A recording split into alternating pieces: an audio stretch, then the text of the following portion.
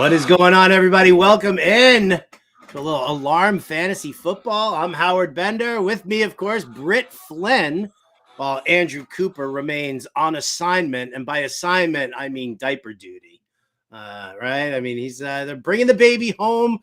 Britt, you've seen pictures of the baby. Are we blessed that it looks a little less like Coop and a lot more like the mom? Man, I think her hair takes after Coop. She's got a little mohawk going on. And after that real sweet fade that Coop's got. But man, her little cheeks are just adorable.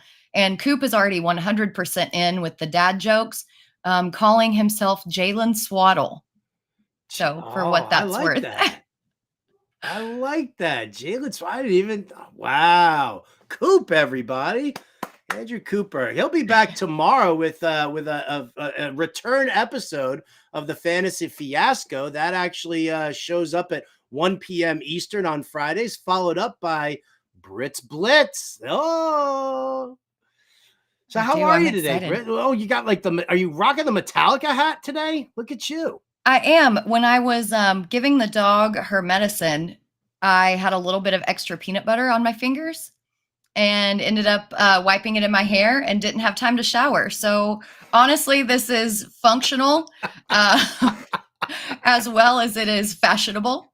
So yeah, we're just rolling with it right now. Right on. Well, thank you so much, everybody, for joining me and Britt here today. We got 60 minutes of fantasy football deliciousness here to bring your way. And look at that. As you can see, the light shining in. Why? Because, the RotoBuzz gal, she does it again for the second day in a row. Ooh. She makes a mystery appearance here with a smoothie. Deb has been killing it lately. Absolutely killing it with a how about this, a fish commemorative. Oh, there's some. I was gonna say, what are the flavors today? I think there's like a spoonful of peanut butter in this smoothie at some point because it's peanutty delicious. So we're unintentionally twinning today. We peanut butter. That is true. Maybe that's not the flavor in here, and I'm just like, I can taste Britt's scalp right now. It's just the smell of peanut butter is coming in through the video and through the mic. Smell-o-vision 101, guys. Oh, smell-o-vision. What a great invention that would be if they could actually make that happen. I don't know if I would want it to happen. Some people are funky. Right. You can turn off the smell-o-vision during the summertime. How about that? Yeah. Well, like I said, if you guys are watching on YouTube here, please smash that like and subscribe button. Stay with us here. It's how we feed the family. It's how we afford the peanut butter. Right? That's what we need to do. Britt's got vet bills right now. I've got, just bills in general. So, I mean, listen, we all got to do it. But here we go. Let's talk today what we've got going on. First and foremost, we're going to be talking some Superflex drafts. We just did a mock draft from Fantasy Alarm. It's part of the Fantasy Alarm draft guide. And you can read that article. Just get over to fantasyalarm.com because everybody wants to know about Superflex drafts, right? Everybody wants to, where do I go with QBs, this and that. So we're going to be talking some Superflex drafts today. We're also going to be talking about certain players that nobody's talking about. Like, why aren't they talking about them? If you caught getting buzzed earlier with Mike Dempsey, he actually shouted out a player's name who I immediately put on this list because I'm like, nobody's talking about. Well, I'll just leave it as a surprise. How about that? Little teaser. And tell all your friends right now, pop it onto Twitter, onto your social media, whatever it may be. We are giving away a RealTime Sports Fantasy Championship spot. Yeah, that's right. It is a prize valued at $300. It is an entrance into their Ultimate Fantasy Championship contest here. Grand prize, $500,000. $500,000. So we'll talk about that. We're giving away a $300 spot right here on this show. Britt Flinn is our trivia expert, and I know she's got a doozy of a question for you. So you're going to want to stay tuned here. You're going to want to be active in our chat room right there. You got questions that you want to drop our way? we're happy to answer them. No doubt about it. Shout out to our producer, Ernie Acosta, who will alert us to some of the bigger and better questions that we've got going on right here on today's show. So as we do here at Alarm Fantasy Football, let's start off with those headlines, baby. Our correspondent, Britt Flinn, with the news. The Gatorade still hasn't left. Thank you, Howard. It's the same bottle. It's the same bottle. It just stays there. Now I'm like emotionally attached to it or something. Anyway, guys, we have real life football tonight. No more training camp hype. This is a semi-real game with real players on the field in pads. Super excited. Yes, it's just the Hall of Fame game, but people tend to read a lot into this first exhibition. I mean, Josh Jacobs, anyone? Starting the Hall of Fame game, everybody faded him, and then he finished as the RB3 last year. So I want to ask you, Howard, what are you most looking forward to in tonight's game, especially since your Jets are playing? What I am most looking forward to tonight is seeing all of our starters on the sidelines. Don't play a single start. I don't care. I don't want to see no Aaron Rodgers. I don't want to see no Garrett Wilson. I certainly don't want to see anybody on the offensive line like Mekhi Becton, right, who needs as much time off of his feet as he does on his feet. So, I mean, listen, it's a fun game. It's a ceremonial kickoff type thing. This is where all the fourth and fifth stringers, before they get cut from the 53-man roster, get an opportunity to flash the skill set or whatever it is they do have. But yeah, I don't want to see a single star, and I mean that on the Cleveland side too. Don't show me no Nick Chubb. Don't show me no Deshaun Watson, Amari Cooper. Put him in the back. Don't want to see him anywhere. How about you? What are you looking forward to seeing? So I actually am looking forward to seeing a little bit of Mekhi Becton because he has been injured, and a lot of that has been related to his weight and his frame. But apparently he slimmed down a lot over the past year. He's in a lot better shape, and he kind of is competing for a starting job at this point because he's missed so many consecutive years. And I'm a little excited to see how he looks because, as we all know, Aaron Rodgers is about as mobile as peanut butter in grass. Just sticking with the peanut butter theme here. And that offensive line is really going to be the linchpin to the Jets' offensive success this season. So I kind of want to see how he looks and what that Jets offensive line looks like in general. And Dorian Thompson-Robinson, guys, I'm stoked to see him. Bringing college football into this, but I love him. I think he's a dynamic athlete, and this, it's going to be one of the only chances we get to see him play. So let's roll him out there. Let's roll him out there. For Britt Flynn's sake, roll him on out there, folks. All right. Well, you know what? In honor of the Hall of Fame game, by the way, we're doing a flash sale. I think it's is it just for our draft guide and cheat sheet here, Britt? Or could they possibly get that all-pro subscription at a discounted rate too? I don't know. You tell me. So it is the draft guide.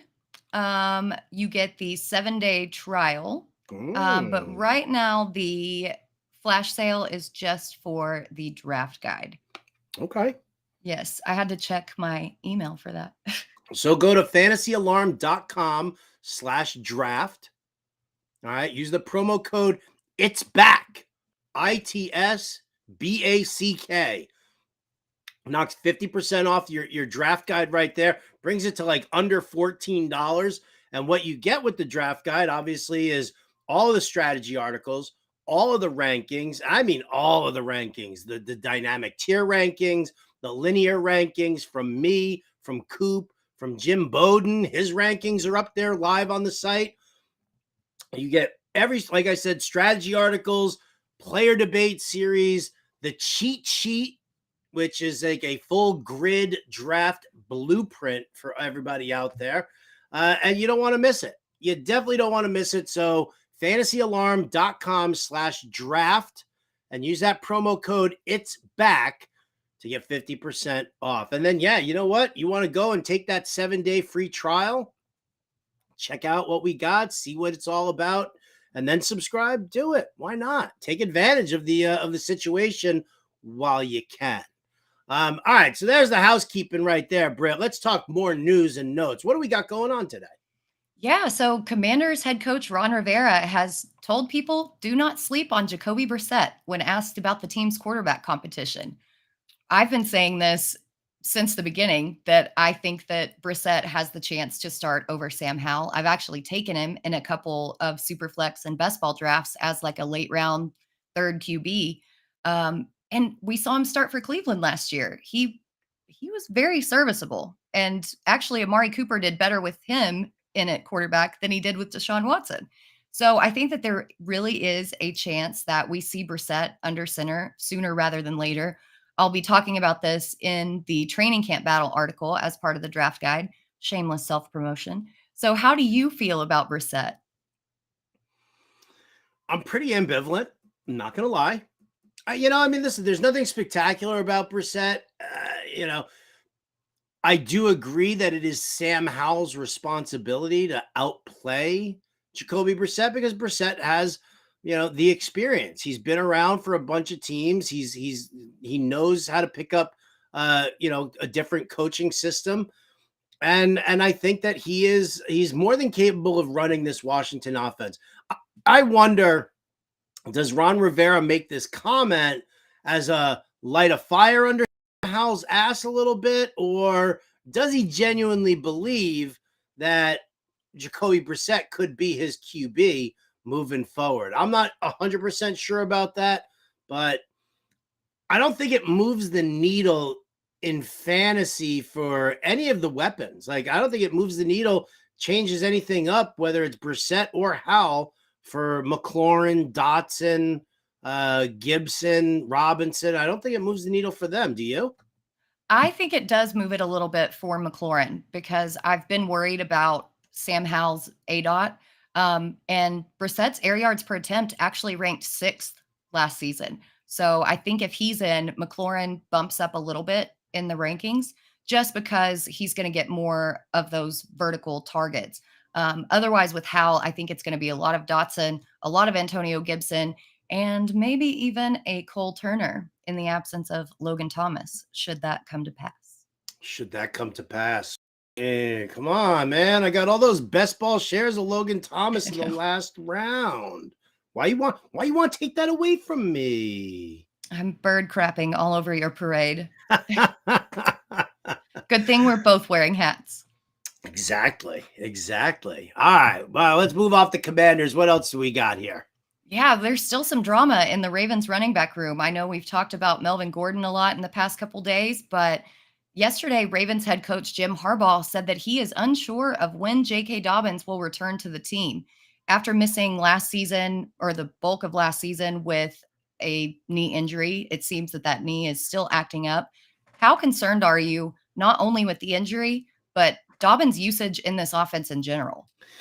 I'm out on running backs for Baltimore. I don't care about Melvin Gordon. I don't care about J.K. Dobbins. I don't care about Gus Edwards. They're obviously going to run the ball some, even though it's an air raid system. We're probably going to see 65 to 70% passing plays, called here. There's going to be a lot of RPO work, and Lamar Jackson, he likes to run the ball himself. Will there be times where he dishes it off behind him to Dobbins? Yeah, maybe. But this air raid system, what it does is it stretches the defense horizontally. So that just opens up all of these lanes. So if the receivers go, if they're going down the sideline and maybe you've got, I don't know, Mark Andrews running like a tight end drag route where he's just kind of mirroring what Lamar Jackson is doing on the field. If Lamar doesn't see him wide open and doesn't want to sling it to the corners, he's got all this room on the field to run. And I think he is going to take more advantage of that. So I'm out on all of these Ravens running backs. I don't have any shares of Dobbins at all. I'm not even taking Gus Edwards late. Yeah, I don't have any shares of Dobbins. And again, for all of you, if you missed the PSA, we're not advocating for you to draft Melvin Gordon. I do have a little. I do have a little bit of Gus Edwards just because of how cheap he's going in drafts. but the percentage of exposure is not, it's not a lot. It's just a little sprinkle just in case, just to diversify my teams.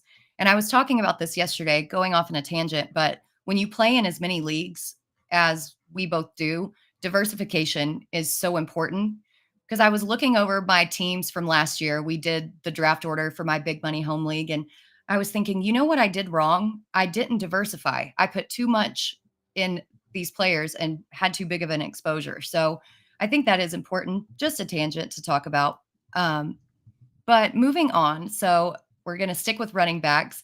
After all the talk about incorporating Tank Bigsby into the Jaguars offense and seeing him in all of his training camp plays, now Doug Peterson is saying that he wants ETN to push 16 to 1,700 yards as a rusher. Do you think that that's actually going to happen? Or do you think that this is just like a little bit of Peterson lighting a fire under ETN's booty? So, all right. So I got an opportunity to talk with Mike Dempsey, who covers the Jaguars on, the Jaguars Today radio. He was just in training camp earlier today. And it's really kind of interesting because we sort of equated this. Now, you might be a little young for this, Britt, but there was a guy by the name of Fred Taylor who was a running back for the Jaguars. And Fred Taylor was unreal. Like, you would watch this guy and he would he'd rush like 65, 70 yards downfield. They'd finally bring him down at the 3-yard line. And then every single time they would bring in this dude, Stacey Mack. And Mack would just vulture the touchdowns left and right. I'm kidding. I know you know who I'm talking about. But, listen, I want everybody to believe that, Britt Flinn is an 18-year-old lady hanging out here on the show. It is surprising. I missed a lot of football in my time when I was going to college. So there's like a 10-year span of just like nothingness where I didn't. You were supposed to be a lawyer like me. Yeah. We were both supposed to be lawyers and we both were like. It was, man, I tell you, as much as people want to comment and tell me that I have bad takes, it's nothing compared to being in front of a judge and almost having your client thrown in contempt because he just won't shut up. So I will take all the fantasy trash talk all day, every day over the courtroom. All right. Well, so that a little sidebar right there. That was our sidebar. Yes.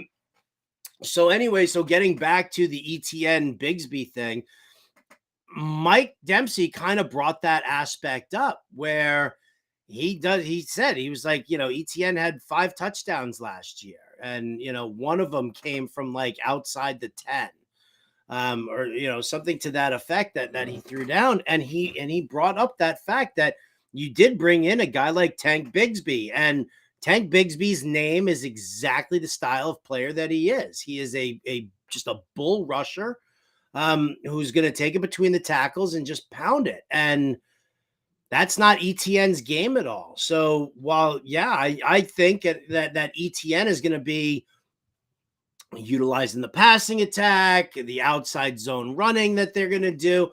Doug Peterson does this, utilizes the whole outside zone running scheme too. And so you'll see ETN doing all of that, but Tank Bigsby could definitely vulture some stuff. And that is a little bit of a concern. So even though Doug Peterson's saying 1,600 yards, I'm kind of going to pull back my my love for ETN at that point.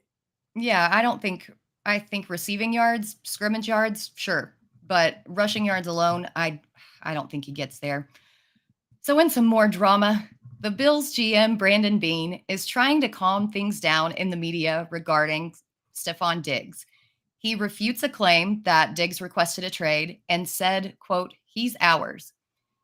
Is there emphasis on proving to us that everything is fine within this wide receiver room and between Diggs and Josh Allen? In fact, doing the opposite, though? Because I don't feel like anybody has been bringing this up. I feel like this is old news. I haven't heard about it. But yet he still wants to make sure that we know that everything is fine. Which obviously tells you that not everything is fine. Right. I mean, if it was done, if it was settled, it's old news. But no, I think that there is there's a definite problem that's going on here in the Buffalo locker room, and I think that that's one of the things that has a lot of people shying away from Buffalo. If you're talking about like NFL futures, there are people who are like Miami could end up winning the Miami or the Jets could win this division right now, and I think. Listen, I don't know the internal shenanigans that are going on there, but Diggs is not happy. I don't know how much of a rift there really is with him and Josh Allen, but the fact also remains though that they didn't bring anybody else in to help out on this offense. So, yes, Diggs will be the main receiver. He'll be the guy who sees all of the targets or the majority of targets in this passing scheme. But if he's unhappy, if he and Josh Allen are kind of on different, different wavelengths, then maybe that is a little bit more of a problem that a lot of people are kind of looking at. I never, even when he was with Minnesota, I never really viewed Stephon Diggs as like, that first round wide receiver that you covet. I don't know what it was about him, but I never bought into that. And so, when he was being taken last year and last year, his first year, or no, last year, the 2 years ago, his first year in Buffalo, I just really wasn't that interested when I saw him going in like the tail end of that first round. So, I think that this kind of solidifies my thought process that if I'm drafting at the back end of that first round, I'm probably hitting that running back a little bit more, unless somebody lets like an AJ Brown slide through or Cooper Kupp falls to me at that point. But I am definitely not I'm not loving on the Diggs in the Buffalo situation right now. Yeah, I think not bringing in any help for him is a big problem because he's got a gauntlet of a schedule against the rest of the AFC East and the NFC East, to be honest. There are very good defenses within both of those divisions. And the last time he matched up with Sauce Gardner of the Jets, he had 3 receptions for like 30 something yards. I mean, it was not good. When he faces shutdown corner coverage, which is what he's going to face in every single game because they don't have a legitimate wide receiver 2 weapon. I mean, I'm sorry if you're a Gabe Davis truther. No, Sellers, you turn never your headphones apologize off to if don't you're ever listening. apologize to Gabe Davis truthers. Don't ever apologize. Yeah, a 50-something% catch rate isn't something that scares me. Especially if I'm a corner, you know what I mean? Like he's going to drop the ball himself. So I think that there are some real concerns. And Diggs has a solid floor, but his ceiling just seems to be capped because of what Buffalo does and how they run their offense. And then honestly, bringing Dalton Kincaid in as more of a pass catching option too, and seeing what he's been doing in camp, going to be really interesting to see how that goes. But we've got a couple other things to get to that are just kind of popcorny headlines, but we all love a good snack. The NFL is considering rule changes to kickoffs, modeling those seen in the XFL. The XFL. Are special teams doomed with all of these changes? I mean, do we even need to have special teams at this point? Ooh. I mean, we do need special teams. Obviously, there's punting and there's field goals. The kickoffs are, obviously they're trying to spare the wear and tear that happens when the gunners are like shooting downfield and they lay some dude out. But I see more touchbacks than anything else. What are the rules in the XFL for kickoffs? What do they do? Do you know? So it has something to do with, I believe, the ball starts on the 35-yard line, that there's not actually a kickoff. Oh, okay. Let's see. The XFL kickoffs occur at the 30-yard line with players other than the kicker lined up at the receiving team's 35. Only the kicker and returner, meanwhile, can move before the ball is touched by the returner. So it's just, I think, holding them back a little bit from charging downfield and preventing, like what you said, those gunners coming down and just hitting them. But man, it just seems so boring because the excitement of a kickoff return, seeing somebody juke some defenders is awesome. It does seem a little boring. And my problem is also like dealing with, I mean, it's almost always a touchback. You rarely are getting like a full-blown kickoff return. I think, yeah, maybe to make it a little bit more interesting, like when I was growing up and we were like playing football in the park, you would throw it off. You wouldn't kick it off. You just, somebody's standing there at the 50-yard line, right? And they just chuck it down. Oh, let me get my football prop. Yeah. Right. See, I've got one too this now. is what it looks like, Kenny Pickett. This is how it's supposed to look. Not you with your tiny little baby hands, Kenny. I'm talking about big ass hands here on this is a regular sized football from the NFL. I just want you guys to know that. So Kenny Pickett, I'm coming for your job. Anyway, but yeah, just throw the ball off, right? Like just chuck it downfield. You probably get it to like the near the goal line or whatever, and then let the guy run it back. But at least then when you're just chucking it down the field, you're not getting like as much air time, hang time, or whatever that it's going to really, hurt the gunners, or hurt the returner too much. Maybe. Yeah. I don't know. We'll see. Travis Kelce also said something on his podcast about if the ball was fair caught behind the 25, that they were going to move it to the 25. So that's something interesting to watch out for too. There's just too many special teams changes. But to finish up here, we're going to go kind of reverse animal cruelty in a way, playing off what we talked about yesterday with Dan Campbell and his lion. Jim Irsay is apparently planning to spend $20 million on transporting an orca whale who has spent 53 years in captivity to the Pacific Ocean. We talked about animal cruelty yesterday, but this kind of seems like reverse animal cruelty to me. I mean, she's been in captivity 53 years and you're just going to be like, no, go find some buddies, go find a family. This is cool. It also seems like a slap in the face to Jonathan Taylor, doesn't it? I mean, you're not going to pay him and not going to extend him, but you're going to spend $20 million. It's really giving that South Park episode where they took the free whale to the moon. That's exactly what I thought about, even more so than Free Willy. So what do you think Irsay's doing here?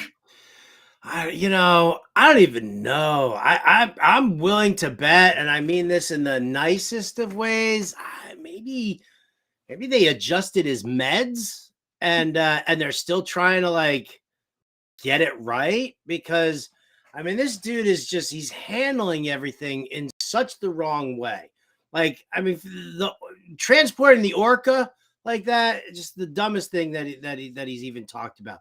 But like, trying to argue his point about the whole running back situation in public. Yeah. Right. That's not the way you handle it. You sound like a douche. And listen, people have, a lot of people have sympathy for the players. Excuse me. Smoothie.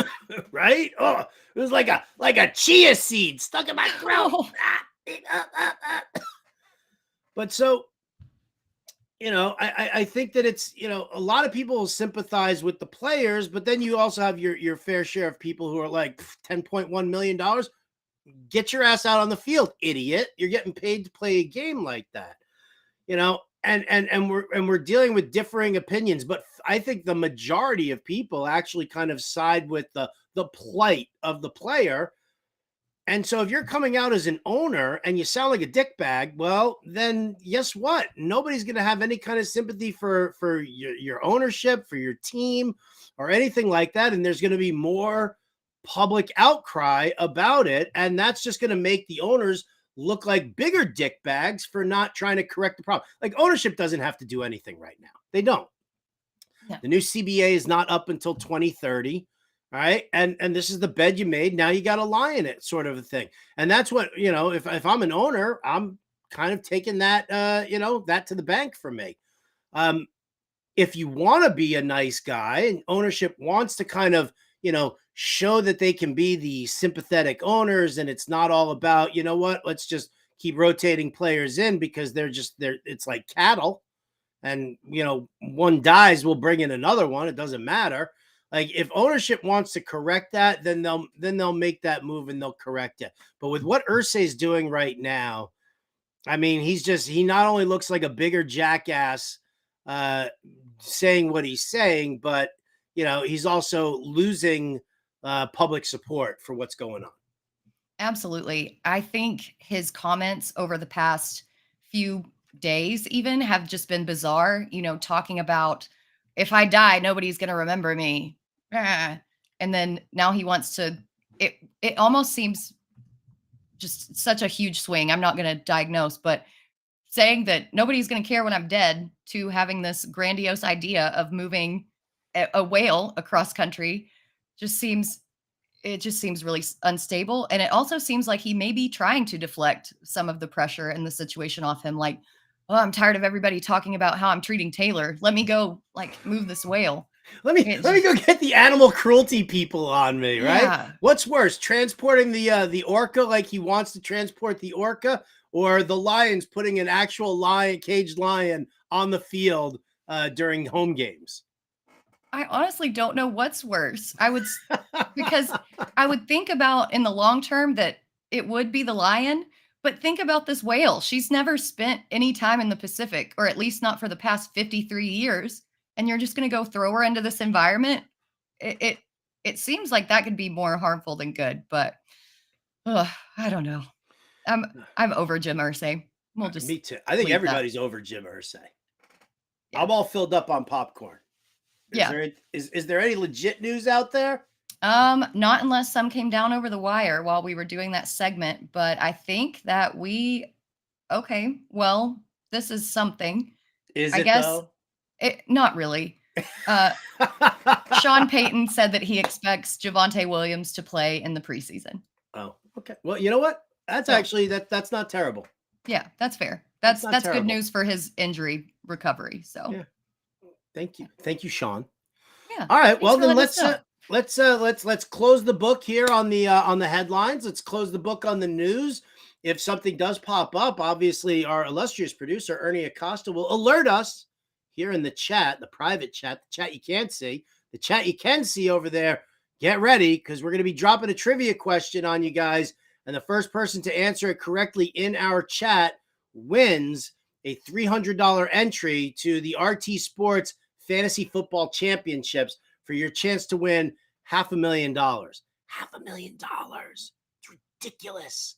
It's insane. I want to win $500,000. So let's talk.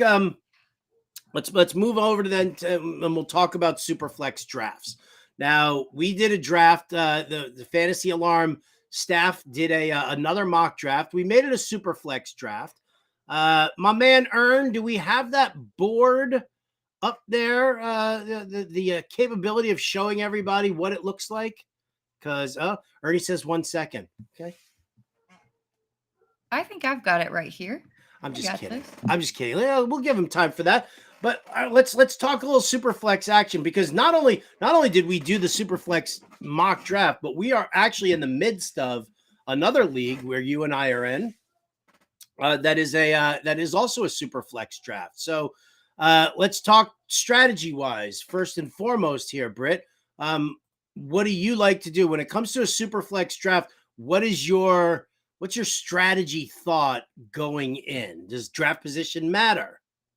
It matters 100%. In this one that we're doing right now, I picked 9th, and everybody before me picked a quarterback. And normally I want to take a quarterback in the first round, but there was such a tier break that Justin Jefferson was still sitting out there, and I was not going to let him slip past me. So I kind of just punted a little bit, and it worked out okay. I ended up getting Dak Prescott and Anthony Richardson in the 2nd and 3rd rounds. And I'm glad that I did that, because after that, it dried up fast. There was a run, and by the time it got back around to you, it was ugly. Who did you end up taking there? I know we were talking about it yesterday. Did you end up getting one of those quarterbacks, or did you stick with another position player? I did. I actually Russell Wilson fell to me, and I opted to grab him.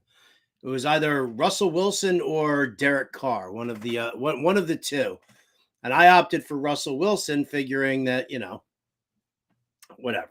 Sean Payton, the offense, we'll see what happens. I remember who it was yesterday. Was it Kev Tompkins who said that it couldn't have gotten any worse for Russell Wilson? So you might as well draft that guy. Yeah, I think you're right, though. I mean, he's not going to get much worse. I mean, we talk about let the draft come to you. We say it all the time. When it comes to a Superflex league, everybody immediately takes those quarterbacks early. You hit the nail on the head. there's a tier break. It's not after the first tier. You've got Mahomes, Allen, Hurts. I would say those guys are probably the top tier. Then the tier after that, that second level of quarterback. Look and see. Joe Burrow, Justin Fields, Lamar Jackson, Justin Herbert, and you could probably put Trevor Lawrence in there as well. So once that group ends, then yes, to turn to a Justin Jefferson like you did, Britt, I think is a fantastic move because you came back around here in the second round and you got Dak Prescott to start, to have as your number one QB, which isn't a problem. I think the biggest headache for everybody when you're talking about a Superflex draft, when do I attack that second QB? Mm-hmm. Like it usually turns out, and the draft that we're doing right now, maybe actually, Ernie, if you could bring that graphic up for us here, we can take a look at it in the staff mock draft, so everybody can kind of sneak a peek. There it is. And I will say I messed up in this draft about taking my second quarterback. I messed up and waited way too long. What position were you? Oh, there you are. I was Trevor Lawrence. Well, yeah. Okay. So that's the thing. So you look at what we're looking at right here, the first round, that's how you're going to see your first round go. It's going to be all those QBs early. Somebody's going to make that bite on Justin Jefferson or Christian McCaffrey. And then the other quarterbacks, the people who are at the back end of the draft are going to do exactly what you see right here, where, they're taking the top position players and they're sneaking in one QB. So then the question is where do you go to take that second quarterback? Because you could get stuck. Like you just said, you waited too long here.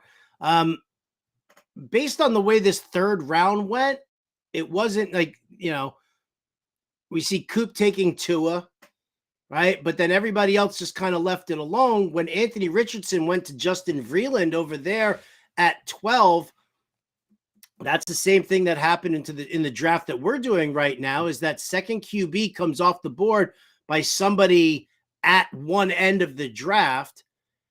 And then all of a sudden there it comes. Then it floods through in the fourth round where everybody starts taking that second QB. And you kind of get left out in the cold, especially if you're like on that front end of the draft. It's so funny. People were like, how come there's no, in the draft that we're doing, how come there's no third round reversal here? I'm like, because it's not the Scott Fish Bowl. Yeah. And if you're at the front end of the pack and you're getting a Mahomes or an Allen or a Hurts, well, guess what? Chances are is you're also going to probably suffer with who your second QB is, because you don't want to let too many position players fall to the wayside, but you also don't want to wait too long on your second QB. Yeah, and it played out exactly that way here. Mahomes and then Carr, Josh Allen and then Jordan Love, Jalen Hurts and Jared Goff, who I think actually might be the best out of those trio, or the trio. I feel so dumb because I should have taken a quarterback over Garrett Wilson. I should have seen this quarterback run coming, but I played chicken too much. I was like, no, it's going to be fine. There are too many good position players out there. One of these quarterbacks is going to fall to me. And by the time it got around, we see where Smith, Rodgers, and Wilson all went.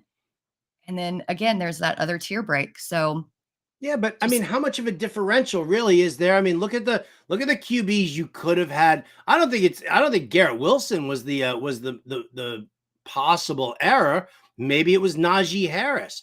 But is there much of a difference there between Tannehill and Jared Goff or Derek Carr? Like I don't think there's much of a difference there.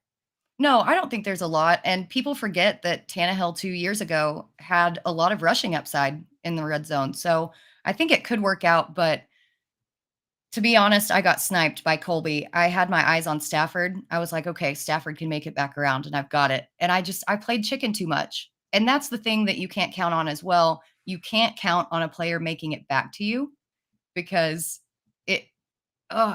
it is so infuriating for them to get sniped 1 or 2 picks, and then you've got to pivot and figure something else out. Make sure to have a backup plan and don't have your sights set on just one specific player because you will get burnt 9 times out of 10, like I did. And that's why we do these mocks for you, so you can see the error and not make them. Yeah, absolutely. Skinny McKinney says it. Draft position matters a lot more in Superflex drafts. Sometimes you have to take that second QB earlier than you'd like. Hashtag QB chicken. Yep. Which That's is true. exactly But right. you did jump into that third QB run, which a lot of people don't. And that's, that's another situation that you're looking at in a Superflex league. No, you don't have to play a quarterback in that second spot. You prefer that to happen. But so that's why getting that third quarterback becomes much more important, just to kind of cover those bye weeks. You grab Mac Jones there. That's huge. Scott Frankel says there's a huge difference between Goff and Tannehill. Maybe there was last year, buddy. Maybe there was last year. We're talking about this year. Yeah, I think that it's going to be a lot closer than people think, especially now that DeAndre Hopkins is thrown into the mix. Yeah. It's going to be a little different. Yeah. I ain't scared of Will Levis. I ain't scared of Malik Willis. I mean, that's just not going to happen there. So, but again, I like how you jumped in there on the Mac Jones, grabbing him, making sure that you've got him secured. Like that's an important factor, I think. So I don't think that you made a big mistake here by taking Garrett Wilson or Najee Harris and played a little chicken. That makes me feel better. That makes me feel better. Yeah. And with taking Tannehill, though, at his age, I felt that it was necessary to get that third quarterback in case of an injury. I didn't want to say, well, my bye week's going to be the only week that he's going to be out, so I don't need one, because he is on the older side and was out last year with injury. So I really wanted to shore that up.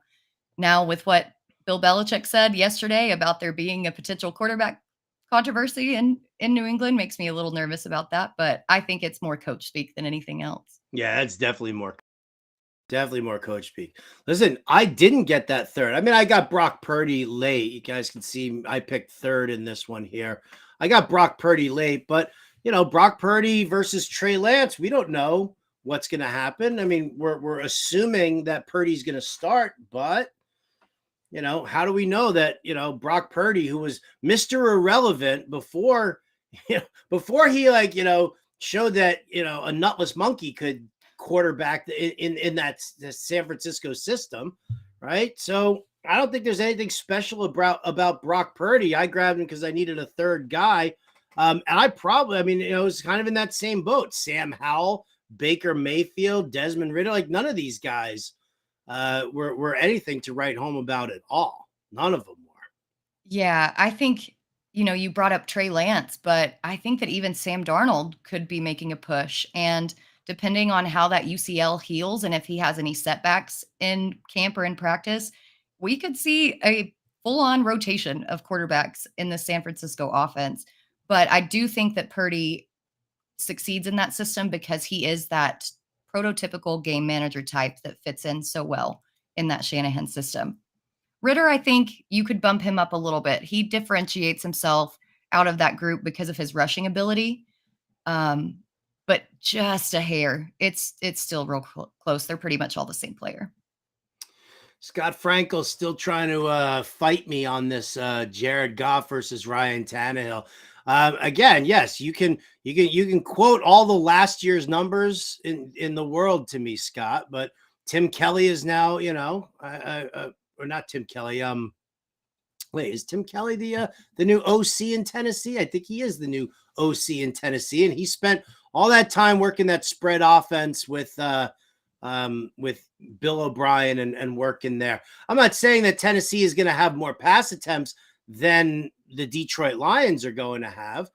I just think that, you're making a bold statement here saying that it's that much of a differential when Jared Goff has two people to throw the ball to now, right? Yep. Jahmyr Gibbs and Amon-Ra St. Brown.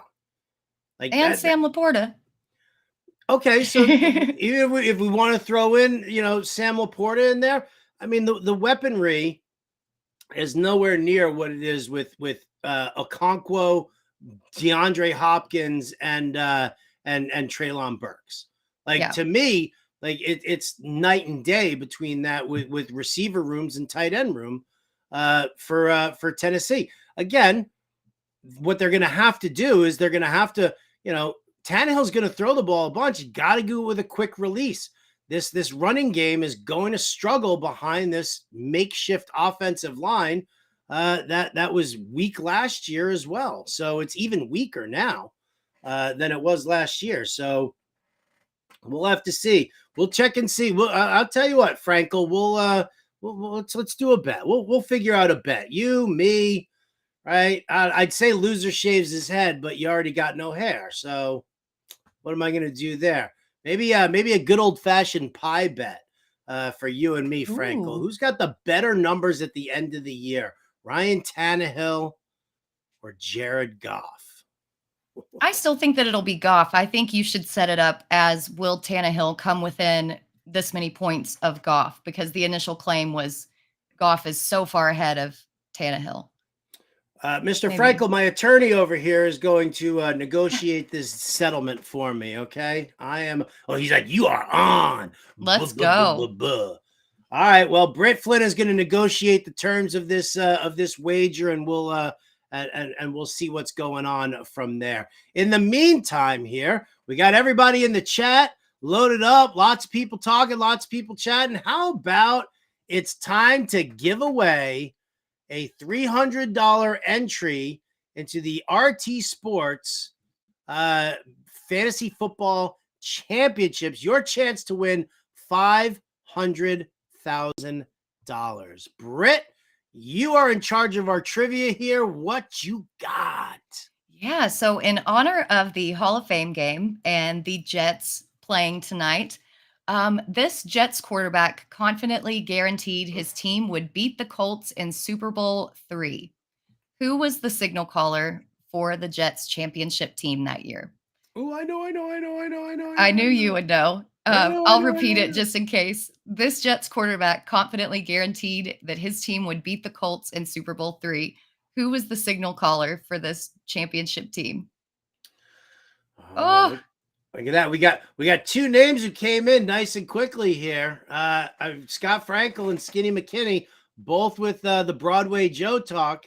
Frankel's came in a little earlier, but yeah, he kind of disgusts me right now with his anti-Tannehill speak.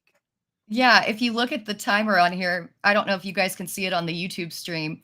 So there were like what, 2/100ths of a second? Yeah. Separating them. It was razor thin. But yes, it was Joe Namath, even though our producer Ernie points out that it is misspelled. Scott, right. Are there points for spelling? I think if you get the name, that counts. All right, Frankel, you win this time. Very quick on the keyboard. All right. Well, extra points for first name usage. Oh, sorry, it doesn't work out like that. And Sellers just woke up. Dang it, I missed the trivia question. He got called into work, so he was leaving. Yeah, he's out delivering packages. So. All right. Well, there you see it there, Scott. You can email contests at bettersportsnetwork.com. And there you go. You just won yourself a $300 entry into the RealTime Sports Fantasy Championships. Again, you're competing for a grand prize of $500,000. Leagues are drafting live and even slow drafting every day until this contest sells out. $1,600 in league prizes in every league.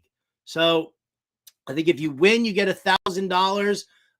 If you come in second, it's was it like 400 or 200, or maybe it's 350 and 250, however it comes out to. It's like $1,000 if you win your individual league, and then that team is entered into the giant overall.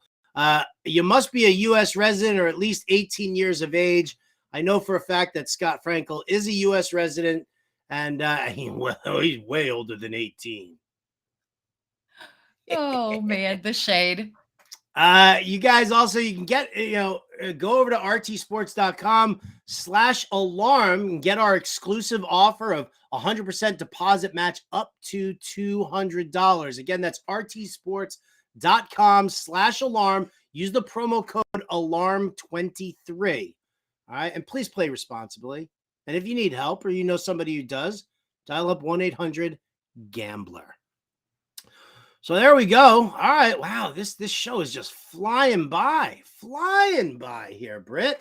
What I wanted to do here for the tail end of our show, let's see how many players we can get involved with here. The question that I asked is, why is nobody talking about, I'll just throw some players at you here right now and see what you have to say. Britt, why is nobody talking about James Conner, running back for the Arizona Cardinals? It's kind of crazy, right? Because he's had back-to-back pretty decent seasons. I think the reason that nobody is talking about him is that 4.5 win total is really scaring people off of him, along with Kyler Murray potentially not starting, the state of their offensive line, just their overall strength of schedule. But where he's going at ADP, it doesn't really matter because you get him at such a discount that he's going to be one of those few bell cow backs that are still remaining in the NFL. And I think that he is being overlooked somewhat. I think he's definitely being overlooked. I took him in, did I take him in the draft that we're doing right now? Do I have him in Animal Crackers? No, I don't. No, he went the pick right after me. Rhea took him right after I took Aaron Jones. But yeah, listen, I think for where you're drafting James Conner, bell cow back, and he's going to be involved in the passing game. There's nobody else there in Arizona. So he's going to be on the field, even in the backfield when they're losing at the end of the game. Do yourself a favor. Britt, how come nobody is talking about Raheem Mostert, running back, Miami Dolphins? Yeah, I think that the Devin A-Chain hype train has kind of gotten out of control with that. It's still going to be a split in Miami. I don't see A-Chain being like the between the tackles guy. I see him being that outside runner, put that speed to use, maybe a pass catcher in some situations, but Mostert's really being overlooked. And last season, he and Wilson had basically identical stat lines, basically identical snap shares, yardage, touchdowns. And people are still choosing to gravitate towards Jeff Wilson and A-Chain over Mostert. And I think that that's a little short-sighted. And maybe the fact that Dalvin Cook was so heavily linked to Miami kind of scared some people off of him and people just forgot that he was there. But again, another player who's going in ADP, who's going to get usage. And Miami's offensive line is a lot better than it was last season. They did fill some holes there. So I think that he definitely has some value where he's going. And people should be talking about him.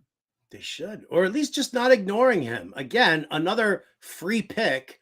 It's the 12th round and Raheem Mostert's still there. What happens if Dalvin Cook doesn't sign? What happens? Oh. Yep. Did we lose Howard? What's that? I thought we lost you for a second. No. Sometimes I like to do like a dramatic pause. It comes across as a freeze on the live stream, something like this. There's that theater training. I love it. Award-winning. It's excellent. This might be too similar to James Conner, but why isn't anybody talking about Cam Akers, running back, Los Angeles? Yeah, that's another good point because even when Sony Michel retired, they didn't go out and get one of these free agent running backs. They signed whoever, was it Royce Freeman who they signed? I mean, is that right? Is whoever this in is actually his 2023? middle name. Yes. So I think that tells you that Akers is going to be the bell cow back. And at the end of the season last year, he finally started coming on. I think you finally got over that injury problem, that lingering production issue that he had after coming off that Achilles. And another guy who's probably going to be the bell cow back. Yes, this offense isn't great, but where you're getting him and his workload and his volume is worth taking a stab at. And people shouldn't be ignoring him. Agreed on all counts. Let's talk about some wide receivers here. Britt, how come How come nobody's talking about Keenan Allen? It's criminal that people are not talking about Keenan Allen. I think that everybody has a little bit of just whiplash from last season when he missed all those games, and they were so willing to tack an injury-prone tag on him, when the fact is he hasn't missed more than a game or two in any of his seasons aside from last year. He's still the number one receiver Well, a couple on of a years ago, now. he actually had that lacerated kidney and Yeah. and missed some time, right? But yeah, injury prone, right? Lacerated kidney. Yeah. I mean, how dare you miss a game with a lacerated kidney? Who are you, Andrew Luck? Come on. Um, but I think, he still is the wide receiver one on a very prolific passing offense that now has Kellen Moore at the helm. Justin Herbert played hurt with rib damage for a lot of the year that people seem to forget about. And when Allen was on the field, I think he finished as like a wide receiver 3 overall during that span. This guy should absolutely be talked about. And he's going in the range of some people like Deebo Samuel, who, aside from that 1 year, has never really done anything. Terry McLaurin, who's got some quarterback issues, et cetera, et cetera. Keenan Allen needs to be on your radar. Keenan Allen definitely needs to be on your radar. Don't ignore him. Don't sleep on him. And he's a PPR dreamboat. Britt, how are you talking about Michael Pittman, wide receiver, Colts? This is puzzling to me. I'm not sure why. And I was bringing that up the other day because all the training camp hype has been around Alec Pierce, around Josh Downs, and yet Pittman, who saw 100% of the routes last season with the Colts, 100%, y'all. Uh, he's not being shown anywhere. I don't know about his connection with Anthony Richardson. Maybe he's another one that people were disappointed with after his production last season. But let's be honest, that entire Colts offense was so inefficient and unproductive. There's going to be some positive regression that happens here. Pittman is also going decently late. And as a wide receiver one who runs, again, 100% of the routes, you need to be talking about him. You do indeed. All right. I think we got time for one more here. Britt. Yeah. How come nobody's talking about Jacoby Myers? Wide receiver, Raiders. Yeah, it's because they have a slot receiver at home, right? That McDonald's meme. We've got McDonald's at home with Hunter Henry. I think that they think that Hunter Renfrow and Jacoby Myers are going to be battling it out in the slot. But there are rumors that Hunter Renfrow could be cut, that he is not doing well at camp, that Myers is beating him out in every single aspect. And as a slot receiver for a low ADOT guy like Jimmy Garoppolo, he needs to be talked about more. And he's another one who's extremely, extremely cheap. A low ADOT guy like Jimmy Garoppolo. Handsome up here, but a low ADOT guy. Yeah. Oh, all right. Well, listen, you know what? We're going to play more of why isn't anybody talking about, but we're running out of time here right now. So you got to get your fantasy football game show in with the Front Yard Fantasy guys. So that's taking you from 3 to 4 p.m. Eastern. And then from 4 to 5, you got Better Sports Betting with Dan Servadidio. And I think it's James Grande. So that's going to do it for us here. Again, thank you so much for everybody tuning in, for liking and subscribing on the YouTube page. Big shout out again. Congratulations, Scott Frankel, on winning that $300 entry into the RT Sports Fantasy Championships.